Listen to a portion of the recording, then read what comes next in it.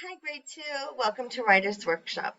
This quarter, you've been working on how to improve as a writer, how to use your words to make your stories more interesting. And today is going to be our last lesson before we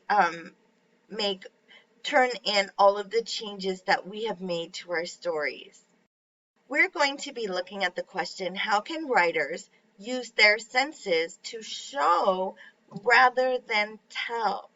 And the reason why we want to show rather than tell is because it helps the readers feel like they are there in the story with you, that they're experiencing it. So writers use descriptive words to help their readers experience what is going on in the story, sort of like a movie. We show what it smelled like. We showed what we saw. We showed what we felt in the air, or all of those senses. We give details to help our readers experience the story. Let's look at one example in a mentor text of what I'm talking about. A big way that writers show instead of tell is to start with the setting. Where does the story take place? They might not say, I was at home, or I was at the park, or I was at school, but the details that they give in the story give clues to where the story takes place. So let's read this story called The Wiggly Tooth and see if you can figure out what the setting is, because I don't think the author ever says. Click, click, click. I could hear my tooth making that sound each time I flicked it with my tongue. I could feel my tongue slide under my tooth. Every time I pressed up with my tongue to try and free it, click is all that would happen. I'd been messing with my tooth now for almost 2 weeks. My dad has offered to tie the tooth to a door and slam it, while my mom has offered to pull it right out. This is my first wiggly tooth, and I want to be the one to set it free. I nervously move in my seat and tap my pencil on my desk. I'm trying to listen to my teacher teach about adding numbers, but all I can think about is my tooth. Have you already seen some clues as to where the story is taking place? Have you figured it out? Let's keep reading. I'm so close now to having it pop out. My teacher has already told me twice to stop messing with my tooth today, but I can't help it. It's driving me crazy. As I keep trying with my tooth, I start tasting blood. I start to worry. I've never gotten this far with my tooth before. Is it supposed to bleed like this? Or is this a problem I've caused? I begin to worry. Chase, my tooth is bleeding. What should I do? I whispered to my classmate sitting next to me.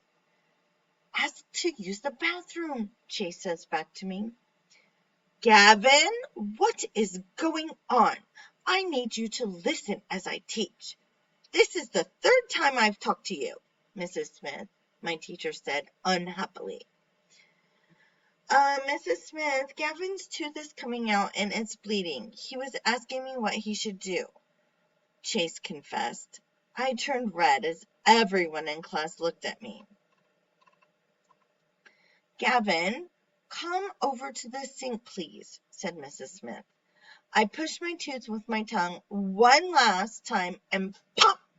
It was rolling around in my mouth. Then came all the blood. I'm not sure why, but I began crying as I hurried to the sink. Gavin, it's okay. You just lost your first tooth. It's actually very exciting, Mrs. Smith said.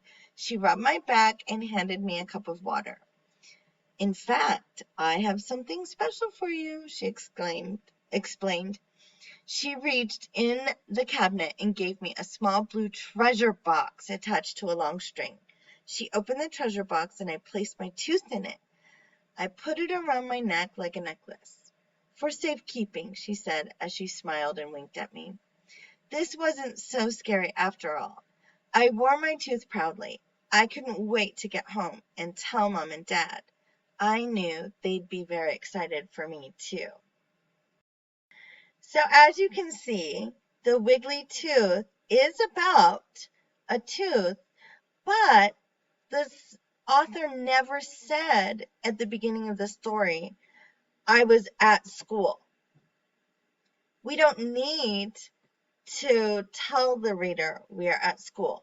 We can show through details. For example, I have highlighted clues that helped me figure out that this was school. When the author wrote in my seat, I was tapping my pencil on my desk, I was listening to my teacher, my classmate was sitting next to me, I asked to use the bathroom. We only asked to use the bathroom at school, not at home, right?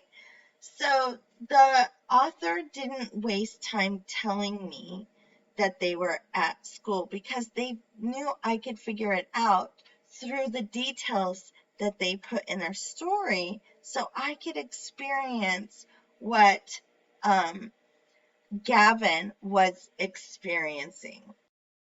Let's do a fun little exercise so we can see examples of showing where the story takes place. Remember, we want to show readers where you are, not tell them. So our first clue is here. The smell of fresh cut grass tickled my nose. Happy screams of children could be heard in every direction. Suddenly, a whistle sounded and children ran towards the building. Where is this story happening? Have you figured it out? The playground. Great. Let's go to the next one. We slowly pushed the cart up one aisle after another until it was full of everything from ice cream to lettuce. Where are they? Where would they push a cart down an aisle, putting things like food? Very good. They were at the grocery store. What I would like all of you to do is go to your graphic organizers that are stored on Google Drive, and I've added one of these pages for you to fill out and practice how to show. So remember, show, don't tell. Show readers where you are. Instead of saying I was on the playground, how could you describe a playground without saying I was at the playground? Or how could you describe a grocery store instead of saying I was at the grocery store? And here's a fun one. How could you show that you were at a football game without saying I was at a football game? Once you're done filling this out, go ahead and share it with Miss Andrea so she can see it. And maybe we can play a game with your clues tomorrow. So how does what we learned today affect our personal narratives? What I would like you to do after you fill out your personal graphic organizer about showing, not telling, is for you to come to your story and find 2 or 3 different details that you could put into your story that could help your readers experience the story. Today, when I was reading over my story, I saw that I had written the sentence. I screamed at my husband. I began to run on the beach looking everywhere.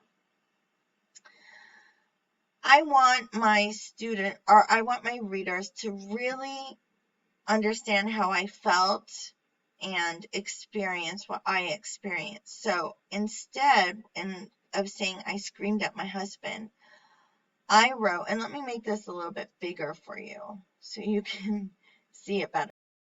I wrote, my frightened and hysteric voice boomed through the air like thunder towards my husband. Where is Zach? I screamed. That piece of information can help the reader to really use their senses to hear what my voice sounded like. Another thing I did, instead of saying that I began to run on the beach looking everywhere, at that point I'm telling my reader exactly where I am. Instead, I want to show. I wrote, I began to run across the hot sand, frantically looking past hundreds of smiling, talking, sunbathing families, past joggers and children playing tag. See, I had written, I began to run on the beach looking everywhere. Instead, the way that I'm revising it gives so much more interesting information. Grade 2, all of you can be a fabulous writer. You can improve in your writing. You just need to take the time to think and push yourself how to show instead of tell. And then I want you to see how it's supposed to look inside of your notebook. Thank you, Vania, for posting this example on Toddle, because she has written her personal narrative in her language arts notebook the way that I asked, and then she does what I'm doing online on my computer. She's doing it in her notebook. She is crossing here. Let's get a bigger view of it. She's crossing out words that she's taking out of her story, and you can see she's adding details in. And that's what you need to be doing today. Go back to your story that's written inside of your notebook and cross out things where you tell instead of show, and add those showing details. This is our last revision before you turn in your stories tomorrow. You'll be rewriting your stories and turning it in. So please take the time to make this story the best that you can make it. Show rather than tell. Put in details. I can't wait to see your stories. Thank you, grade 2.